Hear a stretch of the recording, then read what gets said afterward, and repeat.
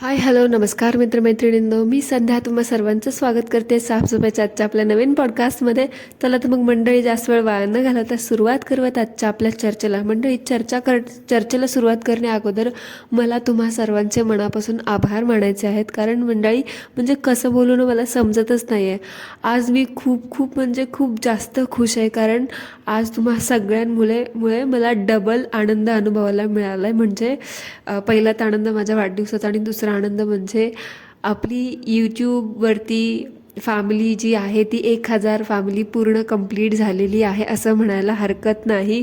So आपल्या या साफसफाईच्या मोहिमेच्या चर्चेमध्ये आपल्या 1000 मित्रमैत्रिणी जोडल्या गेल्या आहेत. ह्या गोष्टीचा मला खरंच म्हणायला गेलं तर खूप आनंद होतो आहे. म्हणजे मी हे जे काम, ही चर्चा चालू केली होती ना, तेव्हा मला असं वाटत पण नव्हतं, म्हणजे असा विचारसुद्धा केला नव्हता की मी एवढ्या लवकर आपले 1000 सबस्क्रायबर्स कंप्लीट होतील आणि आपलं एवढं मोठं साफसफाईचं मोहीम आपण एवढी मोठी करूयात. म्हणजे आणि तुम्ही जे प्रेम, जी आपुलकी मला दाखवली, जे प्रेम तुम्ही, जो विश्वास तुम्ही माझ्यावरती दाखवला, त्यासाठी मी खरंच मनापासून तुम्हा सर्वांची खूप आभारी आहे. असंच तुमचं प्रेम, तुमचा पाठिंबा माझ्या पाठीशी असू द्यात आणि आपण आपली साफसफाईची मोहीम अशीच निरंतर चालू राहू देऊत. आणि special thanks to my dearest जीजी आणि Pranali. Thank you so much guys. म्हणजे तुमच्या सपोर्टशिवाय, तुमच्या गायडन्सशिवाय हे सगळं अशक्य होतं मैत्रिणींनो. म्हणजे मला खूप काही बोलायचं आहे, पण काल म्हटलं तसं मी आता सध्या तरी माझी तब्येत बरी नसल्यामुळे मी एवढं काही बोलू शकत नाही. पण मंडळी, खरंच तुम्हा सर्वांचे खूप मनापासून आभार. Thank you so much. मी तुम्हाला जेवढं थँक्यू म्हणाल तेवढं कमी आहे.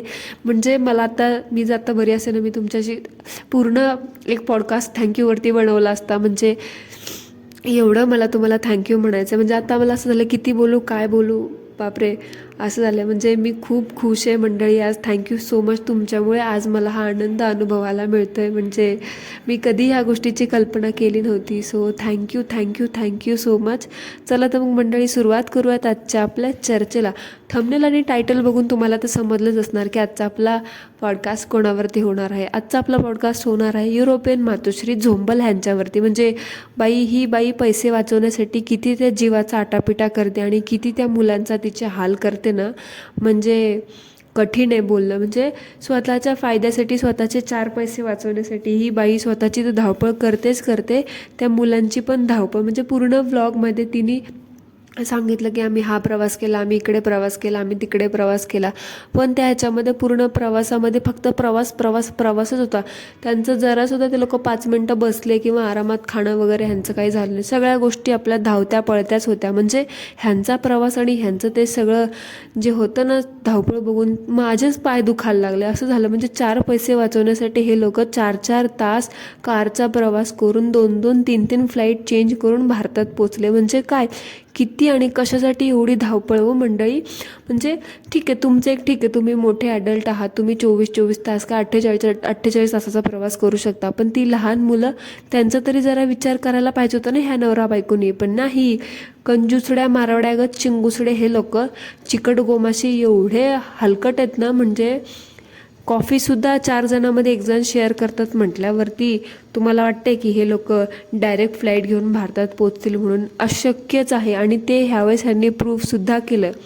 म्हणजे बघा, नेहमीप्रमाणे ठरलेल्या ते चार्जिंग स्टेशन असतं ह्या लोकांचं, तिथे हे लोक थांबले यांची गाडी चार्जिंग करायला. आणि तिथे स्वतःला खूप स्मार्ट समजणारे ह्या झोंबलबाई गेल्या नेहमीप्रमाणे कॉफी आणायला. ह्यांचं कॉफी प्रेम कुठं बाहेर गेल्या ना तेव्हाच उतू येतं. घरात मात्र रोज आपलं चहाचं फळक पाणी पीत बसत, आणि बाहेर गेले की ह्या स्वतःला खूप युरोपियन, खूप फॉरेनर समजायला लागतात. आणि तिकडे गेले की कॉफी घ्यायला जाऊयात, आम्ही कॉफी घेऊ, फक्त कॉफी. ते कॅफेनहून मरशील ते झोंबले. आणि काय रे चान्या, ते कॉफी कॅफेन किती पितोस, ते मरशील ते कॉफी घेऊन. एवढं कॉफी करत असत नुसते. काहीतरी खायचं, पोटा पाण्याचं बघा. सतत आपलं कॉफी. काळातून उठल्यागत कधी ह्यांना कॉफी मिळालीच नव्हती वाटतं, नुसतं कॉफी करत असतात. आणि तिथे पण कॉफी, ही गेली होती ना कॉफी आणायला, तिथे पण कॉफी आणायला जाताना काय बोलले की मी जाते कॉफी आणायला आणि कॉफी आणते आमच्यासाठी. पण नेहमीप्रमाणे कंजूसडी गेली कॉफी आणायला, आणि तिथे जाऊन सुद्धा हिने एकच कॉफी आणली. त्याच कॉफीमध्ये 4 जणांनी भागवलं का 2घांनी भागवलं ह्यांचं ह्यांनाच माहिती. म्हणजे तिकिटाचे पैसे कसे वाचावे म्हणून 4 फ्लाईट बदलल्या ह्यांनी. 4 तास कारचा प्रवास करून पोचले एअरपोर्टला. तसंच ह्या लोकांनी ना कॉफीचे पैसे वाचवावे म्हणून दोघांमध्ये एक कॉफी शेअर केली. म्हणजे किती कुठे कॉफीचे पैसेसुद्धा कोण वापरतं. किती रुपयाला असेल त्याची असते कॉफी, 60-70 रुपये, 100-150 रुपये, 200 रुपये. 200 रुपयाला असा काय फरक पडणार आहे काय गं झोंबले? हां, किती ते पैसे वाचवतेस? मेल्यावर छाताडावर घेऊन जाणारच का ते पैसे? पागलबाई. म्हणजे किती ते फुकट्यागत एवढं कमवायचं पण कंजूसड्यागत वाकायचं. म्हणून अशा लोकांकडे लक्ष्मी कधीच येत नसते. तुम्ही जेवढं त्या पैशाला आहे ना पकडून ठेवायला, एवढं माझ्याकडे पैसेच नाही, माझ्याकडे पैसे रडत बसायला, तुमच्याकडे लक्ष्मी कधीच येणार नाही. तसंच ह्या थोबाड्या काय म्हणतात चुकलेल्या तोंडवाल्या बोंबलीचे, म्हणजे पागलच आहे. मला नाही हिचे ब्लॉग बघायची अजिबात इच्छा नव्हती. एक तर पहिलेच मूड खराब आहे ऑलरेडी, आणि त्यात अजून हिचं थोबाड बघून ते अजून दुष्काळग्रस्त वातावरण वाटायला लागतं. म्हणजे मला तर असंच वाटायला लागले, तिचं ते व्लॉग बघून ना तिच्याकडची ती पनवती, तिच्याकडचा दुष्काळ माझ्याकडे आलाय असं वाटायला लागलंय मला. म्हणजे मला एवढं वीक फील होतं ना हिचं व्लॉग बघून. म्हणजे ते निगेटिव्हिटी म्हणतो ना, निगेटिव्हिटीला अट्रॅक्ट करते, तसं झालंय. म्हणजे तिचं व्लॉग बघून तुम्हाला पण असं गरगर लागत होईल, तुमच्याकडे पण असं दुष्काळग्रस्त ढगाळ वातावरण होईल, पाऊस आल्यासारखं होईल. तसंच माझं सध्या काहीतरी झालंय. म्हणजे मला काय म्हणायचं आहे ना, एवढं काटकसर कशासाठी करायचं ना? म्हणजे पोटच्या पोरांच्या बाबतीत सुद्धा, पोटापाण्याच्या बाबतीत सुद्धा एवढं तुमचं बजेट टाईट असतं की बाबा तुम्हाला कॉफीचे पैसे तुम्ही खर्च केले 100-200 रुपये तरी तुमचं बजेट हालतं.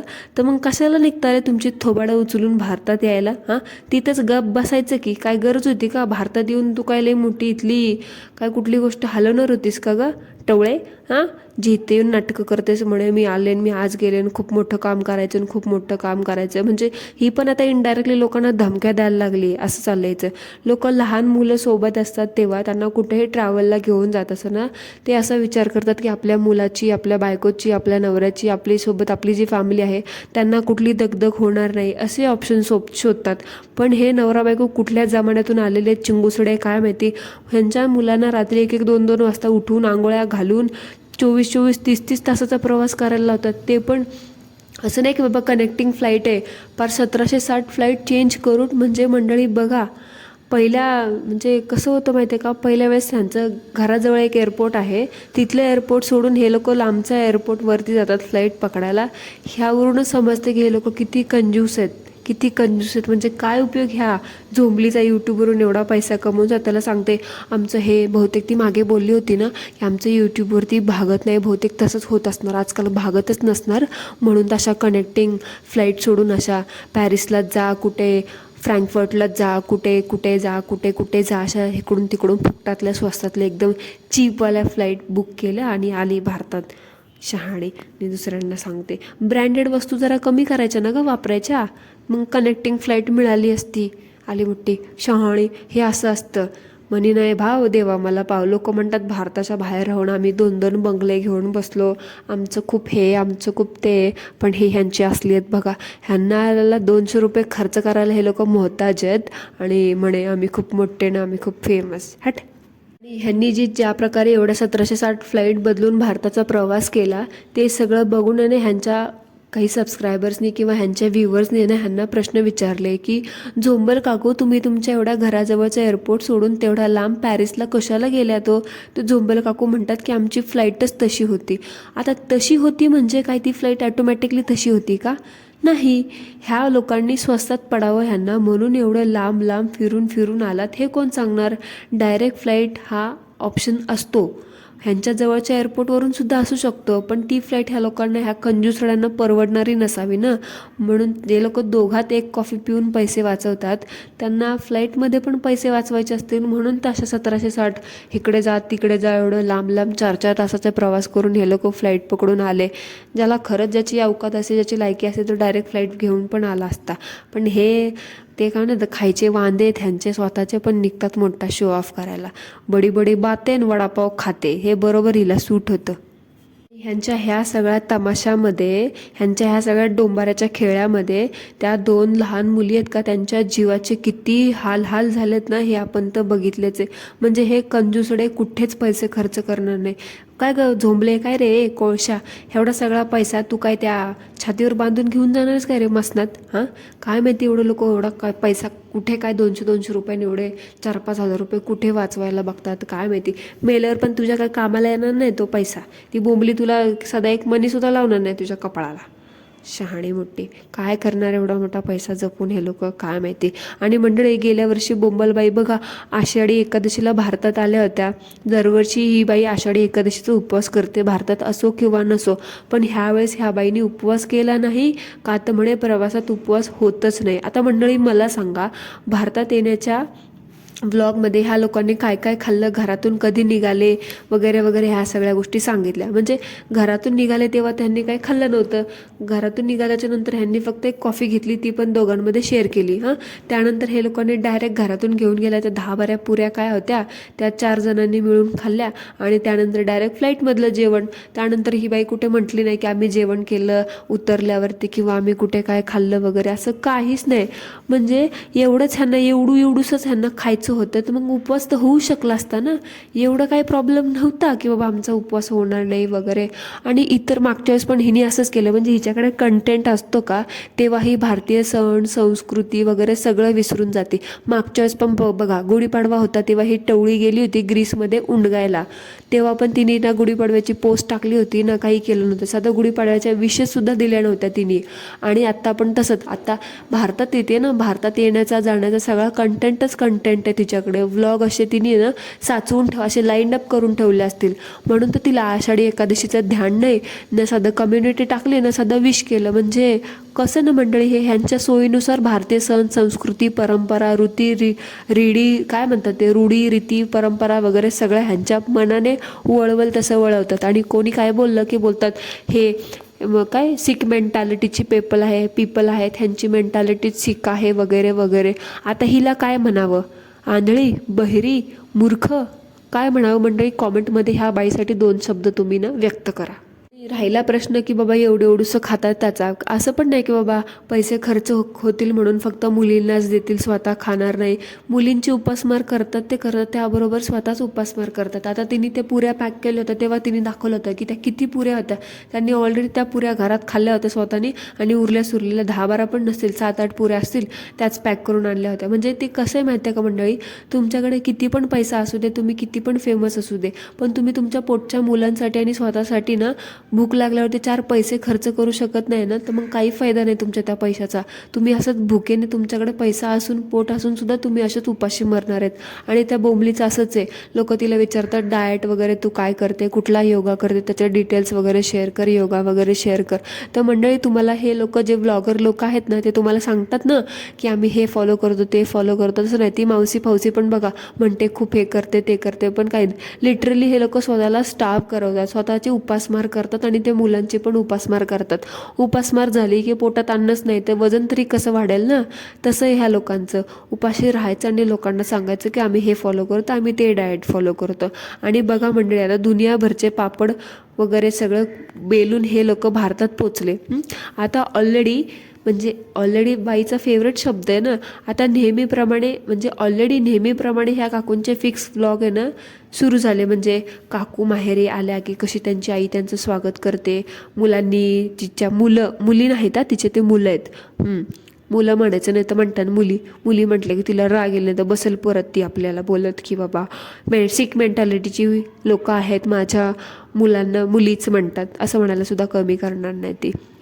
तर बघा आईने कसं स्वागत केलं, आजीनी मुलींना कशी मिठी मारली, मी माझ्या आईला कशी भेटले, आई भाऊक झाली, मी भाऊक झाले, आम्ही गेलो पाणीपुरी खायला, आम्ही गेलो शेण खायला, आम्ही गेलो हे करायला. आणि सासर माहेर करत करत ही बाई आता भातुकलीचे खेळ खेळणार. आणि म्हणजे हे हिचे फिक्स व्लॉग आहेत. म्हणजे दरवर्षी ही भारतात येते ना, तिचं हाच कंटेंट असतो. यायचे 3-4 व्लॉग टाकायचे, बॅग पॅकिंग केलेले 3-4 व्लॉग टाकायचे, भारतात घरी पोहोचल्यावरती आईने स्वागत केलं कसं त्याचे व्लॉग टाकायचे, उद्या सासरी जाईल त्याचे व्लॉग टाकेल, पाणीपुरी खायला गेली त्याचा तर व्लॉग टाकला, सासूनी कसं स्वागत केलं त्याचा व्लॉग टाकला, कुठल्या तरी मैत्रिणीला भेटायला जाईल त्याचा व्लॉग टाकेल, पुन्हा कुठेतरी शॉपिंगला जाईल त्याचा व्लॉग टाकेल.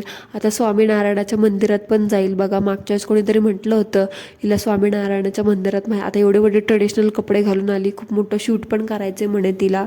मंडळी मला उडता खबर आली की ही बाई म्हणे बेहोश टॉकमध्ये जाण्यासाठी आली आहे. तर मंडळी, बेहोश टॉकमध्ये जाणं हिचं तर काय आहे बाबा, म्हणजे असू शकतं. आता सगळ्या धुनी भांडेवाल्या पोचल्यात तिथे म्हटल्यावरती ही शेण खाणारी बाई तर कशी काय मागे राहील ना, त्यामुळे ही पण पोचली असेल. शेवटी काय पैशांसाठी आपण जमीर बेचने वाले लोग होते हे ये. तर जाऊ शकते, सांगता येत नाही. पण तिथे गेले तरी हिची स्ट्रगल स्टोरी काय आहे आपण त्याची वाट बघूयात आता ही बाई काय स्ट्रगल स्टोरी सांगते. म्हणत असेल अशी म्हणेल, मला युरोपमध्ये राहून मशीनचे बटणं दाबावे लागतात, मला खूप काम असतं, तिथलं वातावरण खूप खराब असतं, मी एवढे देश फिरले, तिथे वातावरण खूप खराब असतं तरीसुद्धा मी तिथे राहून सगळ्या गोष्टी सहन करते, हेच माझं खूप मोठा स्ट्रगल आहे. आणि आत्ता इथे एवढे वाजलेत आणि आत्ता तुम्ही बघू शकता 12 वाजलेत, मी स्वयंपाक बनवला आहे. हे सगळं हिचं स्ट्रगल स्टोरी सांगेल तिथे आणि लोकांना पकवत बसेल असं हिचं. आणि मंडळी, मी तुम्हाला मागच्या ब्लॉगमध्ये बोलले होते बघा, ही बोंबल बाई केवढी पनवती आहे ना, म्हणजे जिकडे जाईल तिकडचं वातावरण ही बाई आहे ना हिच्या निगेटिव्हिटीमुळे खराब करते. म्हणजे युरोपमध्ये राहत होते तेव्हा पण तिथे बघा, ही जिकडे जाईल तिकडे, मध्ये कॅम्पिंगला गेली होती तिकडे पण पाऊस चालू झाला, परत अजून कुठे बोंबलत गेली होती तिकडे पण पाऊस पडत होता. म्हणजे जिकडे जाईल तिकडे वातावरण खराब होतं. आणि भारतात आली का जसं तिच्या आईकडे पण ढगाळ वातावरण झालं, म्हणे पाऊस पडायला लागला. म्हणजे ही बाई एवढी बोरिंग आणि एवढी रटाळ आहे ना, आणि त्यामुळे ही जिकडे जाईल तिची पनवती, हिची निगेटिव्ह, हिचा ऑरा, हिचं सगळं एवढं निगेटिव्ह आहे ना, म्हणजे जिकडे जाईल तिकडे वातावरण खराब करते. आता बघा हिच्या आईच्या इथे गेले आणि तिथे सुद्धा वातावरण खराब झालं. आणि म्हणे ही बाई सांगते की हिला युरोपमध्ये असताना थंडरस्टॉर्म येणार आहे ह्याचा मेसेज, तिचं कुठलं फक्झंबक काय होतं ना, त्या गव्हर्नमेंटचा मेसेज आला होता. म्हणजे बहुतेक आता युरोपातील गव्हर्नमेंट आहे ना फक्त झोंबल काकूलाच पर्सनली मेसेजेस पाठवायला लागले. फेमस आहेत ना ह्या, खूप धुनी भांडी दाखवून पाठवत असतील बाबा, सांगता येत नाही. नाहीतर दिली असेल, लावली असेल तिकडे पण काहीतरी सेटिंग ह्या काकूंनी, सांगता येत नाही. या मी तुम्हाला वडापाव खाऊ घालते, तुम्ही मला स्पेशली मेसेजेस पाठवा, असं असू शकतं बाबा, काही सांगता येत नाही. धुनी भांडेवाला काय करतील ना, ह्यांचा काही नेम नाही. सो मंडळी, that's it for today. I hope तुम्हाला आजचा आपला पॉडकास्ट आवडला असेल. आय नो आवाज खूप बारीक येतोय, तरीसुद्धा मंडळी आजच्या पॉडकास्टपुरतं तुम्ही थोडंसं ॲडजस्ट करून घ्या. भेटूया पुन्हा एकदा एका नवीन चर्चेसोबत. तोपर्यंत ॲज ऑलवेज सर्वांनी काय करायचं ते करा. Thank you so much. धन्यवाद.